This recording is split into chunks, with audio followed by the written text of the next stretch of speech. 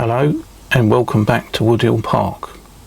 Now what you see in front of you at the moment is my old signal box, and this means I've started on my scratch build, and this is currently behind it.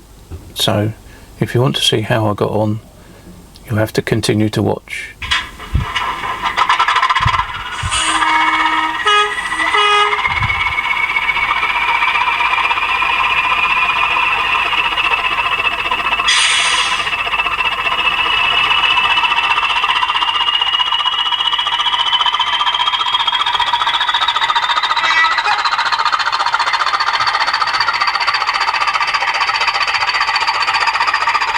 For some time now I've been talking about doing my signal box build, which I want to make a replica of Broxbourne.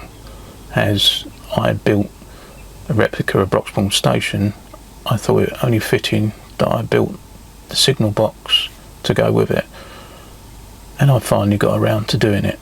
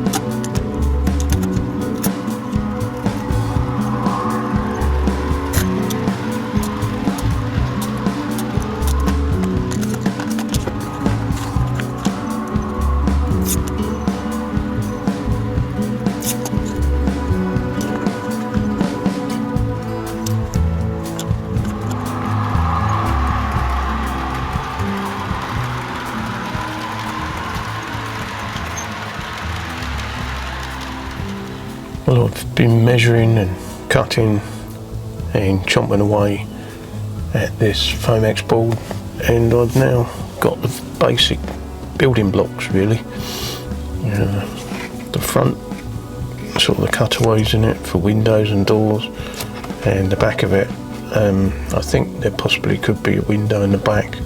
It's hard to see because I haven't got enough photos to enlighten me, but I'm not going to bother because that's going to be facing the retaining wall and nobody will really see it anyway, so there's no real point.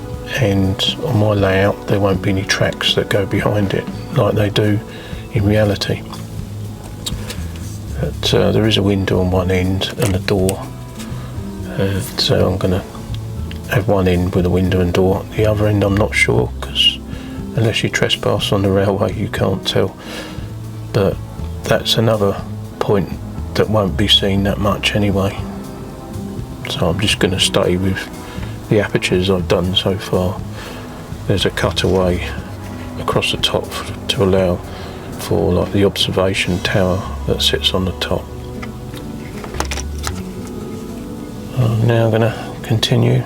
I think I'll glue these parts together now just to get the basic sort of building with a bit of super glue.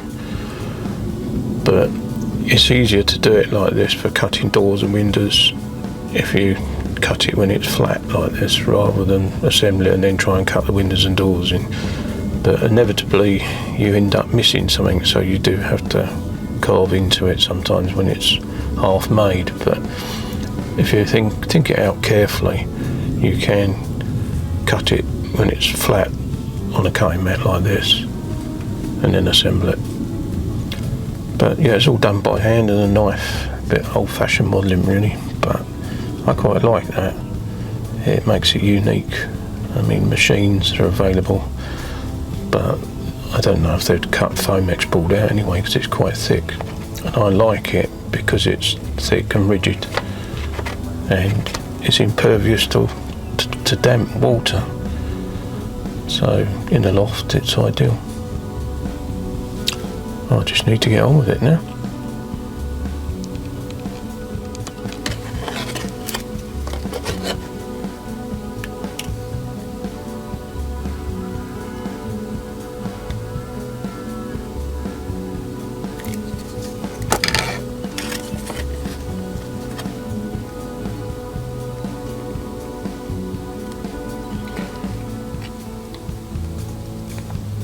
this Foamex board glues extremely quickly.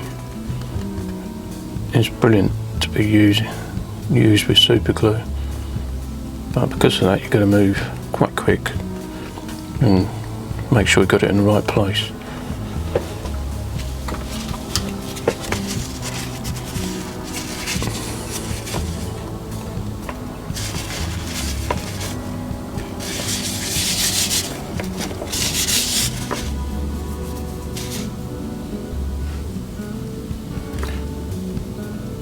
That's already quite well stuck, and I've only just done it. So there's a nice little fillet of glue on the inside that's squished out, if that's the word.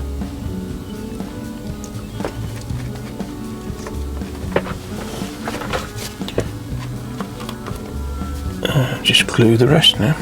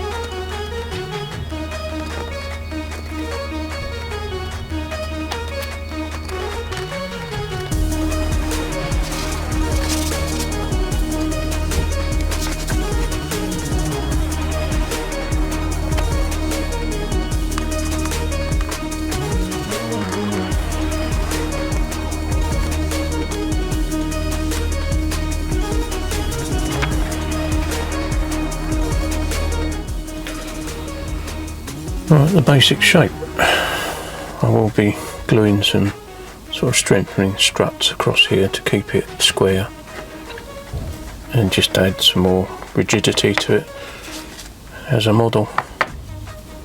But yeah, basically the beginnings. Don't look much like a signal box at the moment though.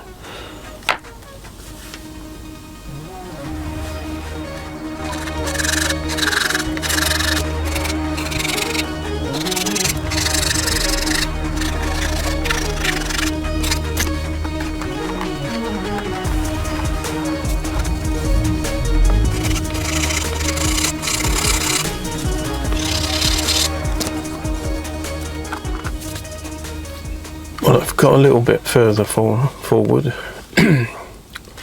Sorry about the croaky voice. And I've not managed to super glue my fingers to this or the cutting mat, which is easily done with this stuff, as the super glue oozes out, and before you know it, you've got your fingers stuck to it, so you need to be very careful. Anyway, there's a bit of an overhang where the actual tower bit is, so I've been sort of, I suppose, carving that out and manipulating it and making it look the part.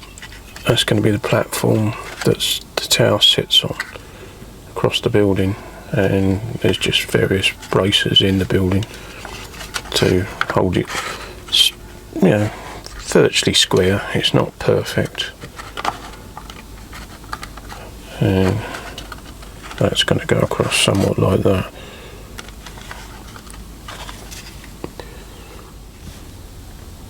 And on another stage further forward,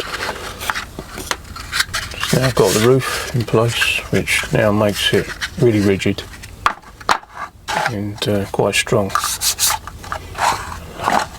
and shouldn't warp, as I said, because it's sort of impervious to moisture. It doesn't bend or warp once you've got it in shape. So onward and upward. I'm debating whether to have the tower part of the signal box detachable, because I could leave it so it's not glued on. I don't know, but I'll definitely work on it with the base of the tower off and that will give me the option whether I want to glue it down in future. So this is a little project in itself, just making the actual tower part of the signal box. Another job I've got to do is prepare the area where I'm going to put the signal box, as it's already landscaped, so I'm going to have to wet and scrape up the undergrowth that I put down with PVA glue. So I should be able to soak that nicely and then scrape it up, and it's going to sit just probably about 10mm back from the cable trunk in here and sit along, and I better get to it. A bit of scraping.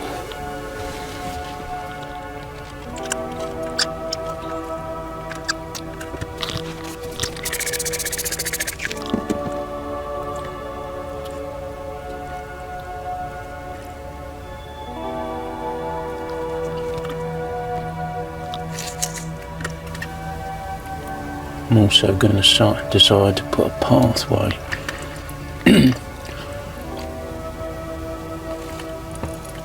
so I need to wet this area to put in a pathway, possibly to a walkway across the track up here somewhere.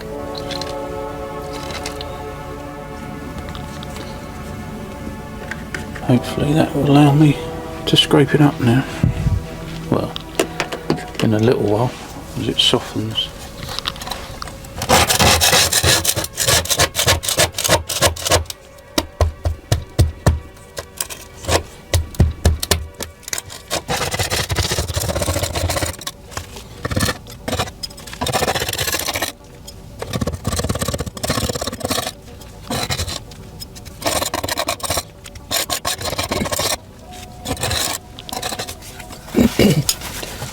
Now just to tidy up.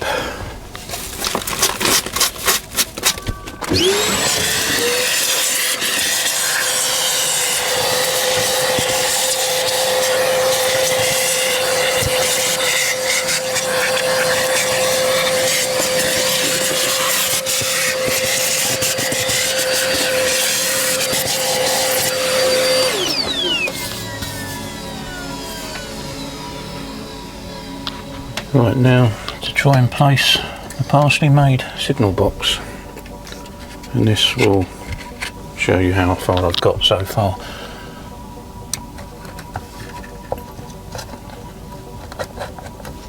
This will sit here, sit about there, as long as there's enough room for a path in front and the side axis. Possibly I want to go up a little bit further, but that's why I'm trying it. So I'll just scrape a little bit more away. Right, let's just try it again. I'll cut away a little bit more up the left hand end, as that's more expendable than the other end, as the other end has got a pile of ballast and I want the doorway to be clear of it, so they will come out, walk round. But this big pile of ballast has been left there for years. So I'm going to have a path, I don't know if I'm on camera showing you actually, this way. I'm going to have a path around here to the door here, and also a path along the front. So I'll get my paint brushes out and paint a base colour, or sort of a tarmac colour. Got to let that dry first though. Now to very carefully get in there with the paintbrush.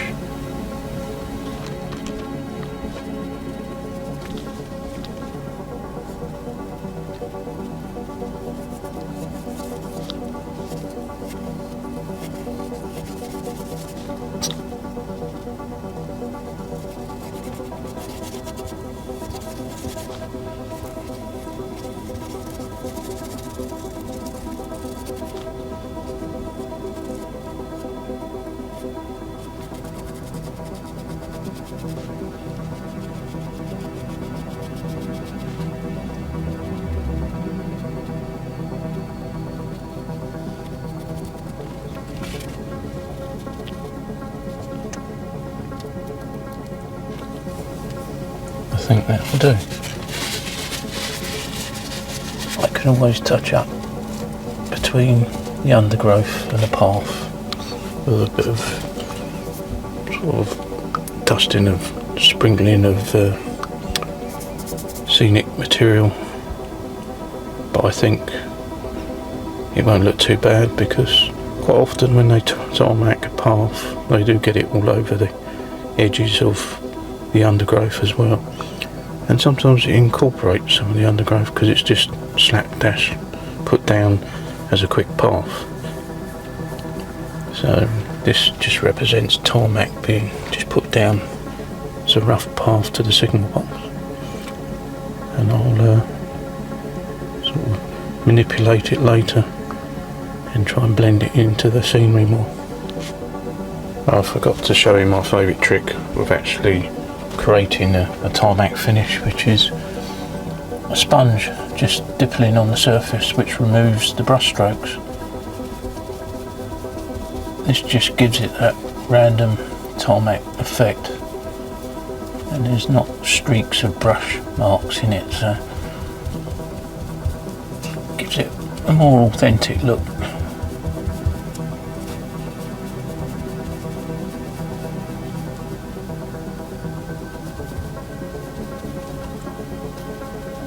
A bit more difficult on the narrow path, but it should be okay. Just remove any lines out of it, really. Just make it more random.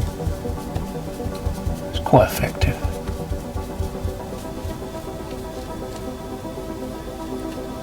If you think about tarmac, it's got a stippled effect anyway. Bits of undergrowth coming out. It doesn't matter if it gets muddled up. It's an overgrown path. As I want to speed up the drying time, because I want to get on with the progress, I'm going to use my super duper heat gun, a Leicester heat gun that I've had for many years, but I'm going to have to hold it a long way away because it really does get hot. But this will dry the area, hopefully.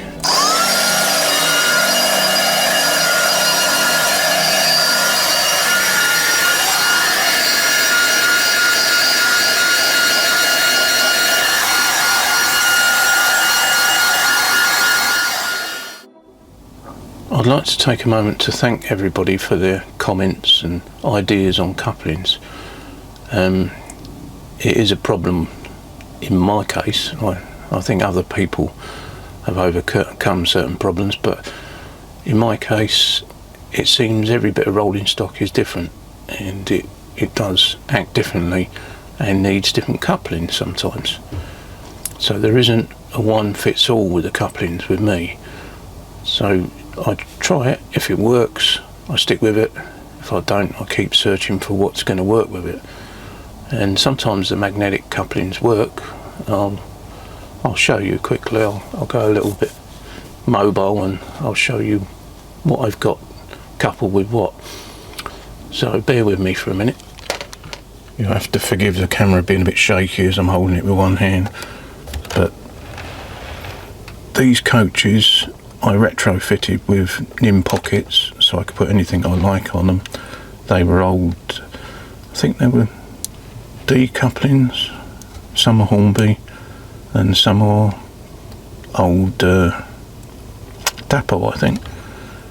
Anyway, so I adapted them with a 3D NIM pocket like I do, and these have got magnetic hunt couplings in and they work very well, except if you get a sudden stop-start on the layout, as they can break apart. And I was talking to the guy from West Hill Wagons about this, and he said they've improved the magnets these days and they should be stronger. So fair enough, maybe the new ones are better, but I do get breakaways with these, and it's not great if it happens in a tunnel and I don't notice it and the train goes round and sort of rear ends the coaches in the tunnel. Then I got a problem trying to fish them out of the tunnel. Now these Mark II BR coaches, I do have problems putting anything other than just small tension locks. Because they got kinematic couplings, it don't seem to work with magnetic couplings that well, and I have derailments quite regularly if I use magnets. So I've gone back to the small tension locks for these, and this works for this particular coach for some reason. I'm not a fan of kinematic couplings. I don't need them really because my radiuses aren't that extreme, so they sometimes just play up generally themselves and get jam and whatever and pull coaches off the track, let alone the actual coupling I'm using. As you know, the couplings I've settled on for the TEA tankers is like the Rico, I think it's Rico type hook and loop, which was like a European type of coupling, and sometimes it's supplied with DMUs to stop them splitting apart, and these are working really well. Now I've put NIM pockets on these, what were old D tension locks, the old-fashioned ones that Hornby had, very clumsy looking, and now they've got NIM pockets, and I can put exactly what I like here. So it has been mentioned about KD couplings as well, but that's another route that's going to be quite costly because I haven't got any KD couplings, and they seem to be about 12 quid or 10 or 12 quid for 2 pairs. Now you can imagine what that's going to cost me with all the rolling stock I've got. So I might experiment with a few, but if they work, I don't think I'm going to be going through all my rolling stock changing it to KDs. It would just be a silly price to pay really. So I'm quite content to have a variation in couplings. As you can see, what's in front of you is all different types of couplings and stuff. I've tried different types of magnets in the past by people online, and they've not been strong enough, even though these ones are swivel. What people have been talking about that West Hill wagons are now doing, but they weren't strong enough, these ones. So I did give them a go and fixed ones, replacement type small D connectors or couplings, and I found these too rigid, so I've gone down the route of completely replacing them with an in pocket rather than putting these on. And yeah, just about every coupling you can imagine, except for KDs, that I've got sitting here, and I do go through them all, and some are better for some coaches and wagons than others. But what is a game changer is these 3D printed NIM pockets that are done by this chap, and I bought plenty of them off of him. He does for all different types. He does them for Lima, for Hornby, and I find that the ones he does for the Lima version like this, they fit just about everything. So I tend to buy these more than anything else. I think he's got them down as fitting Lima Mark 1, 2 and 3, but within reason they'll fit most things. And sometimes they're fitted upside down, sometimes they're up the right way, depending what way I fit them to a coach or a wagon. But they make a difference because it allows you to have the option to have any coupling you like. So that's my coupling issues really. It's ongoing, and I think it's like a layup. It's a dilemma that will never be finished or fixed. It's just one of those things, you think it's running alright and then you turn your back and there's an issue. But that's the fun of running a model railway, isn't it? Oh, and another sort of slightly different, well, it is a different issue really, bit of another rant really, but it's another reason why I like resin models or building stuff out of Foamex and trying to keep things plastic, because the moisture don't attack them. I have bought kits like this signal box, which looks really nice, but it's laser cut out of cardboard, and I had to put, well, first of all I put a weight on top of here because it kept bowing up. The roof just bowed for no apparent reason. It's not really damp up here, it's just cold and probably damper than the house. In the end I had to glue it on, and it's still a little bit bowed.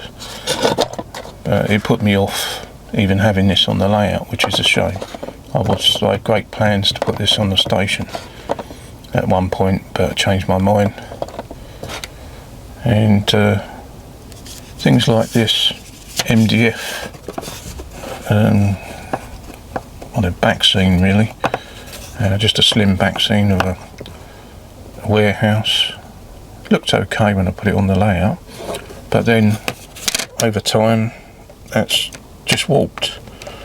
Now I think I sealed this, painted at the front and sealed it at the back, because I know you get issues with stuff. But sure enough, it's bowed. I mean, it's worse. It was worse than this. I put a weight on it.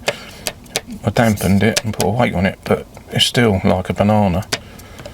It was a hell of a lot worse than this. And yeah, I just don't trust this stuff. So yeah, everybody's lazy cutting it out of this, but you know, long term, I think these things are going to give you issues if you're in something like a shed or a loft.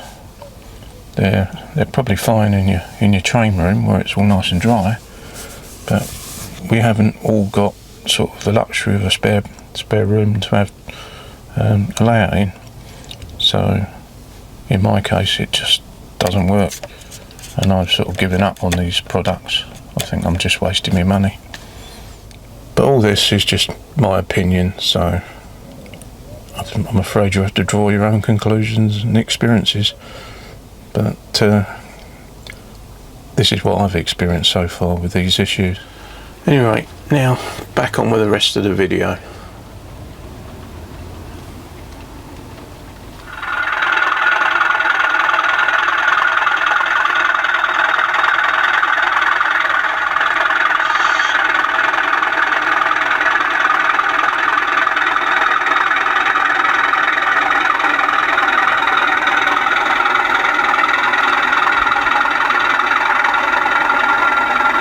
Right, I just wanted to explain a bit about the build so you know what I built it out of. The plastic hard brick you can see at the front I've already pre-painted and weathered, but I will add more colour into it. I've yet to put it elsewhere, I've only just put it at the front at the moment, just to highlight it being built. It's made with Foamex boards, 3mm thick, like I've already mentioned, but I didn't mention it's 3mm thick, glued together with a high viscosity super glue. You can use a cheap one that the range do. I think it's Castle brand or something, which I use. Is very good. The uprights here for the windows are square bar 1.5mm, and what they're sitting on is a square bar which is, I think it's 3mm square, and I'll be adding various other things to it soon. Obviously some clear plastic for windows, and I'll probably use glue and glaze so they don't sort of smoke up the windows and look horrible. Debating what I'm going to do with the roof. I could use some sort of wet and dry paper, because sometimes that looks quite good, and then make patches in it to make it look a rough finish, or I'll just paint it and stipple it like I've done in the past. I've got doors and windows to fit with frames, and I'll probably frame it with some of the 1.5mm bar I've got there. I think it's ABS or styrene they call it. I've got some more on order, so this is holding up the build anyway. Can't think of anything else. I should be adding things as I go along and letting you know what I've incorporated in the build. But I am enjoying it. It's really nice to create something virtually from nothing. I know all this 3D printed stuff and laser cut stuff is really good, but there's nothing quite like actually creating something completely by hand. Well, I enjoy it anyway.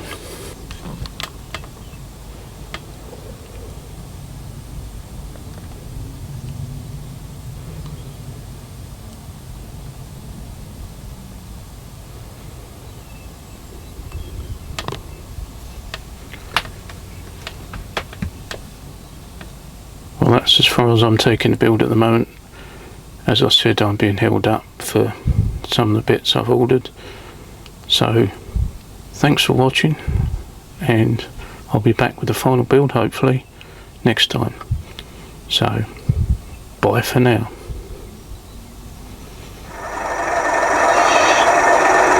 And as we all know, it's not me doing all this. It's the little guys on the layout are building this signal box, and it's well underway, and they've got all the help they need from the railway